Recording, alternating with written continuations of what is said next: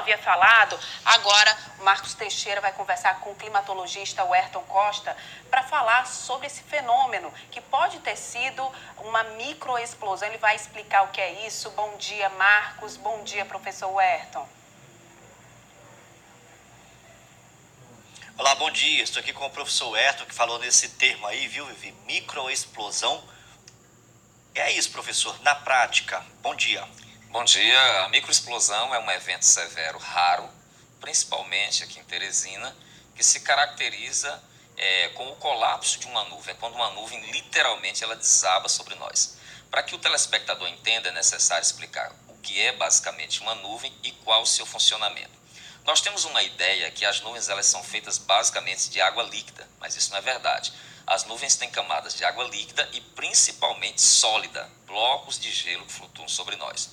Na condição normal de funcionamento de uma nuvem, ela precisa de dois ingredientes, calor e umidade. É a combinação de calor e umidade que faz a nuvem formar e se desenvolver e formar o temporal.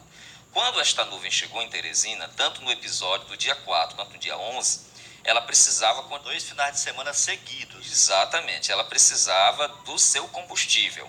Um deles nós temos de sobra, o calor, e o outro era a umidade. Mas Teresina, no mês de outubro, registra padrões de umidade entre 30% e 40%. O que aconteceu no dia 11? A nuvem chegou e nós não tínhamos a umidade necessária para continuar alimentando essa nuvem, para que ela continuasse o processo de chuva e o seu deslocamento em direção ao Maranhão. Como não havia umidade, entrou apenas o calor, e esse calor ele desestruturou a camada sólida. E aí entra as leis da física.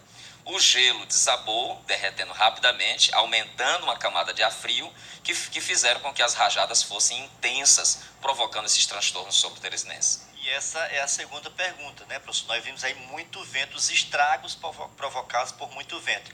Esse vento ele vem a partir da nuvem, da pressão, o que ocorre? O que ocasiona? Bem, como há um deslocamento da massa sólida da nuvem, ela cai bruscamente, por isso que é chamada de microexplosão, é como se a nuvem literalmente explodisse, há um deslocamento rápido do ar.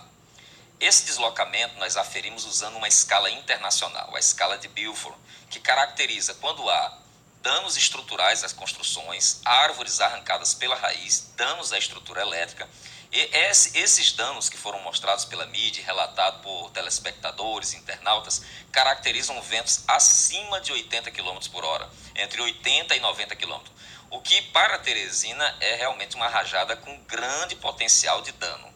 O que está havendo essa repetição desses fenômenos em 2 finais de semana seguidos e sempre ali na sexta-feira? É coincidência? O que houve? Não é coincidência. Na verdade, nós temos um aumento do gradiente térmico, da condição de calor e variações muito bruscas de pressão atmosférica.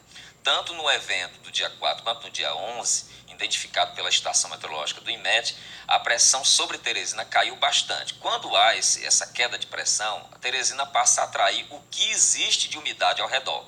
Okay? Mesmo que a cidade esteja com a condição mais seca, ela passa a atrair umidade do Maranhão, do Norte, de União, de Beneditinos, das cidades vizinhas. E essa umidade é que formou rapidamente a nuvem. Só que a nuvem não tinha como se sustentar. Daí o colapso da camada de granizo no seu interior e a ventania.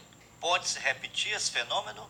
Bem, a Secretaria de Meio Ambiente, né, a SEMAR, já falou que as condições para a formação de temporais estão plenamente visíveis em outubro. Até o final do mês, nós poderemos ter nuvens de trovoadas. E é importante frisar, está sob atuação no Nordeste um vórtice ciclônico de altos níveis. É um sistema que acelera a formação das nuvens. Então, as nuvens tendem a crescer rapidamente, ou seja, nuvens que rapidamente vão adquirir massa de gelo nas suas porções mais altas. Temos aí os ingredientes, nuvens altas, cumulonimbus e calor.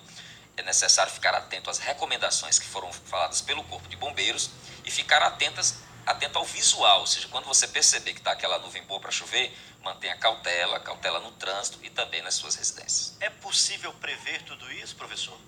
Nas condições tecnológicas que nós temos hoje no Brasil, difícil, apenas no Centro-Sul, que conta com bom monitoramento de rede de radares. O radar meteorológico, ele acusa com a sensibilidade de seus sensores que aquela nuvem tem uma disponibilidade para grandes trovoadas. Nas condições que nós temos apenas de estações que medem o que acontece em tempo real e com satélite que monitora a milhares de quilômetros de distância, nós não temos condições de aferir o risco de uma nuvem. Então, qual é a recomendação? Nós vimos aí agora há pouco o Corpo de Bombeiros falando, mas o que o senhor ressalta então para as pessoas, já que nós temos aí, como o senhor também colocou, todos os ingredientes favoráveis para esta situação? A recomendação clássica é reconhecer que nuvens de temporais elas têm risco potencial, risco de descarga elétrica, risco de precipitação intensa e principalmente rajada de vento. Nessas condições é sempre fundamental procurar o abrigo adequado e evitar fundamentalmente rede elétrica e árvores. E nas construções, como foi bem atentado pelo Corpo de Bombeiros, fechar janelas e portas, porque aí você tem um canal para o escoamento do vento. E isso potencializa mecanicamente o deslocamento de objetos e estilhaços.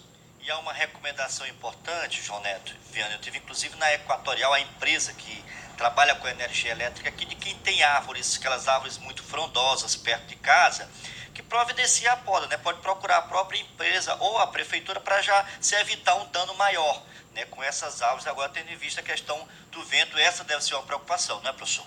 Perfeitamente, né? Nós temos em Teresina uma boa cobertura de árvores, árvores de grande, médio e grande porte, e a copa dessas árvores oferece uma resistência, uma fricção ao deslocamento do ar. É necessário fazer uma poda, né? A poda é uma medida preventiva, porque vai diminuir a zona de atrito da rajada com a árvore e você vai preservar a sua árvore e vai preservar naturalmente a sua segurança. Muito obrigado, então. Fico alerta e as explicações. Eu volto ao estúdio com vocês.